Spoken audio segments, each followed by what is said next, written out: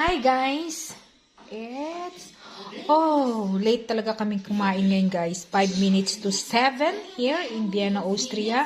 And in the Philippines, it's 5 minutes to 2 a.m. ng madaling araw na guys.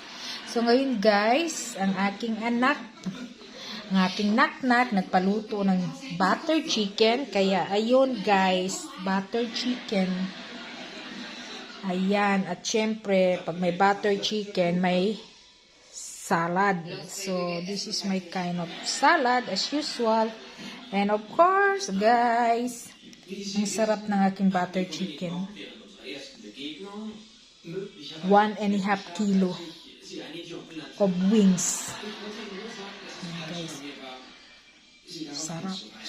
And of course, guys, kapag merong butter chicken, rice is life. So, kain tayo, guys.